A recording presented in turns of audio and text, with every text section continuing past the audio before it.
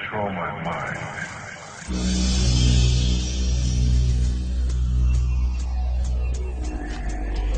The second, and perhaps the most important tool that is used to keep people in check and prevent them from ever becoming truly aware, is television.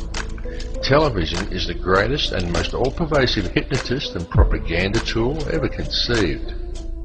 TV teaches people what to think, but not how to think. And TV has given modern humans an utterly false perception of society, of the world, and of each other. Through TV, the power elite have succeeded in creating a distracted, misinformed, divided and class-driven society suffering historical amnesia and completely oblivious to the true realities of their surroundings. And all of these people view themselves as truly informed and are very quick to berate and ridicule anyone who offers them an alternate perspective. Subsequently, through the ideas put into their heads by TV and through a TV-driven obsession with the collecting of meaningless trinkets, fashions and possessions that the TV tells them defines who they are as people, the power elite have also managed to rob most of the common man of their wealth, their lands, their skills, their education and their history. But most importantly, it has robbed people of their ability to think critically and objectively.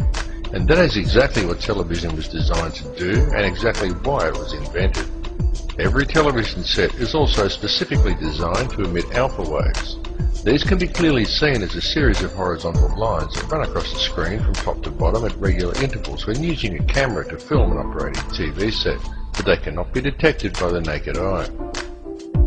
These regular lines are not simply a normal part of the functioning of your picture tube. They are there for a particular reason, and they travel across the screen at a predetermined and very specific pace. How often have you seen someone sit at a TV and say, "I don't like this program," and yet they sit there and watch it anyway?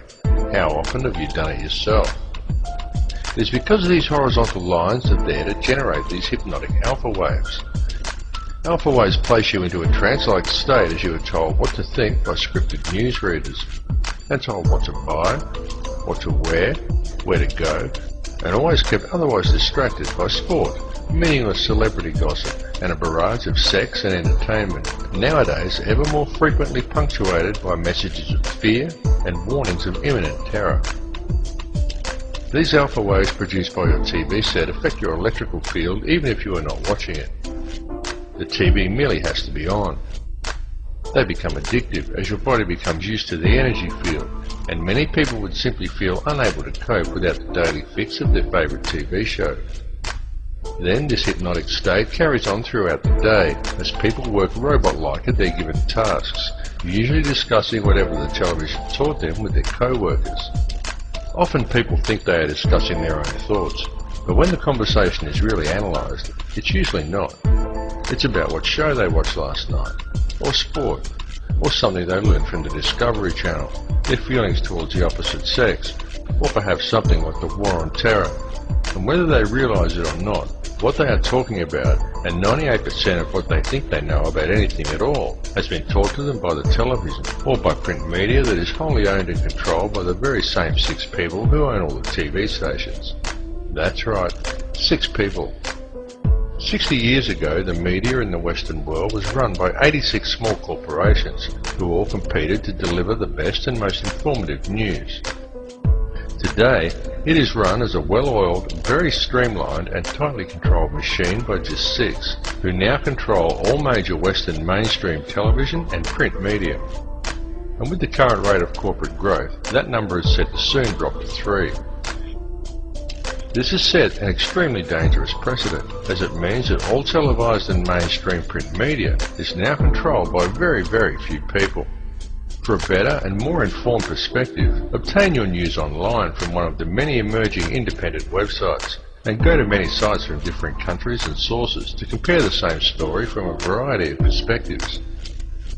You have been told that the internet is an unreliable source of information, and it is true that there are many bogus websites. But there is also a lot of very reliable information from very reliable sources, if you look in the right places. And remember, the ones who are telling you the thousands of independent websites who have opposing views to the mainstream shouldn't be trusted, number only 6, It is just that it is those 6 who control all major media. So those 6 are able to control most of what information gets to the general public and how such information is presented. It must also be duly considered that all of these 6 media corporations have extremely close ties to major financial institutions and arms manufacturers. Such a conflict of interests immediately poses huge questions regarding the objectivity and reliability of any information presented by these organisations. And if that were not bad enough, each one of these 6 corporations gets their news from only one of 2 sources: Reuters or the Associated Press. These 2 organisations serve as an international news pool and channel all information down to the networks. Only Reuters actually owns the Associated Press, and Reuters itself is wholly owned by the Rothschilds. This is why there is never any negative press about the World Bank or the international banking cartels reported to the people by the mainstream media. It is why the majority of people have no idea about Codex Alimentarius or the real effects of fluoride, and simply do not know how the world and its corrupt money system is really run. There's a method to their madness. There's really not much method to yours, because you're operating from a place of ignorance. You don't even recognize half the weapons that they use against you. And some of them seem so insignificant that you don't even try.